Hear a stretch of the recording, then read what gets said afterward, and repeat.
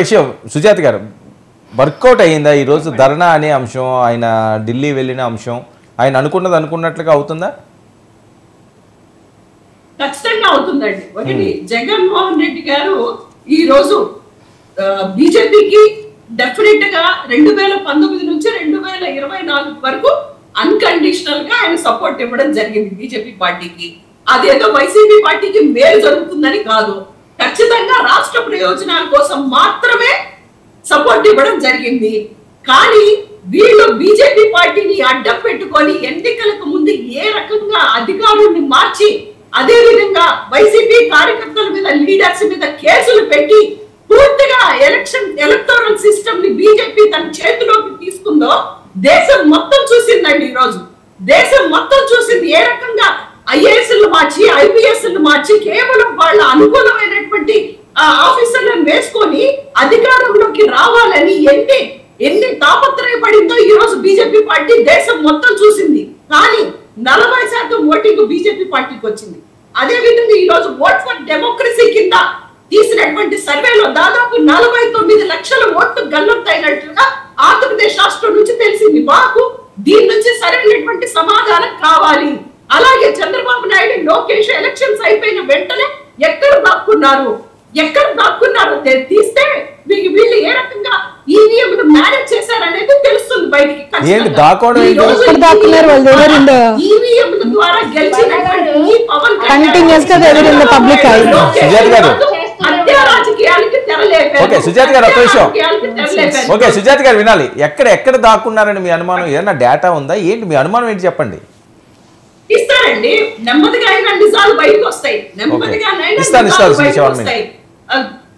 100% strike out result తెచ్చుకున్నటువంటి పవన్ కళ్యాణ్ కి ఆ నియోజకవర్గాల్లో అసలు గ్లాసు గుర్తు ఏంటో కూడా ప్రజలకు తెలియదు. ఇవన్నీ మేము బయటికి తీస్తాం.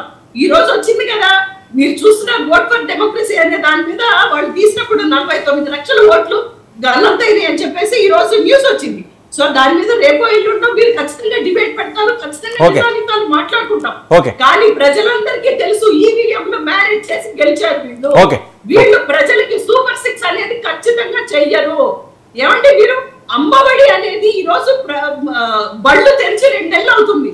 బళ్ళు తెరిచి 2 నెలలు అయితే ఇప్పుడు లోకేష్ గారు వచ్చి నెక్స్ట్ ఇయర్ నుంచి అమలు చేస్తామని చెప్తున్నారు. ఈ రోజు లేటెస్ట్ న్యూస్, అది మీ వరకు వచ్చిందో లేదో మరి అదే చెప్పవలసింది. నాకు తెలిసి వీళ్ళు ఎలక్షన్స్ కి ముందు ఒక 1 ఇయర్ మాత్రమే అమ్మఒడి వీళ్ళు అమలు చేస్తారు, వీళ్ళు చెయ్యరు.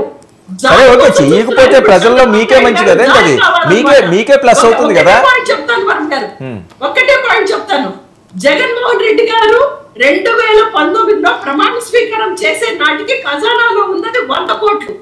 కానీ జగన్మోహన్ రెడ్డి గారు సంవత్సర కాలంలో నవరత్నాలు అమలు చేసి చూపించారు. అదే విధంగా 2024 జగన్మోహన్ రెడ్డి గారు దిగిపోయే నాటికి ఖజానాలో ఉన్నది 5,000 కోట్లు. చంద్రబాబు నాయుడు గారు ఇంతవరకు ఒక్క పథకం కూడా అమలు చేయలేదు. చెప్పండి, ఎవరు గొప్ప పరిపాలన? అది ప్రజలు ఆలోచిస్తారులేండి. మన ఇద్దరి మధ్యన డిబేట్, అది ఎవరు గొప్ప అంటే నేను చెప్పలేదు కానీ ఎవరు. జగన్మోహన్ రెడ్డి గారు ఖచ్చితంగా పరిపాలన దక్షత కలిగినటువంటి లీడరు. ఈయన చెప్పుకునేటువంటి ఇస్రారీ అని చెప్పుకునేటువంటి చంద్రబాబు నాయుడు గారు 5,000 కోట్లు కాదండి, మొన్నే కదా పెన్షన్ వేశారు, పాతవి కూడా తీసి దాదాపు 50 రోజుల్లో 14,000 కోట్లు అప్పులు తెచ్చుకున్నటువంటి చంద్రబాబు నాయుడు ఒక్క పథకం అమలు చేయలేదు. పెన్షన్లు ఇచ్చాడు అంతే.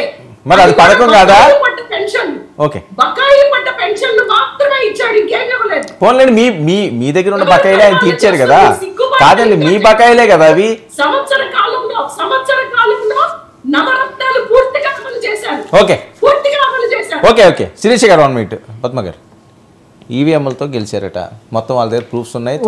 ప్రతి ఒక్కళ్ళు చెప్పేది అదే అండి. నిజంగా ఈవీఎంస్ అంత ఈజీగా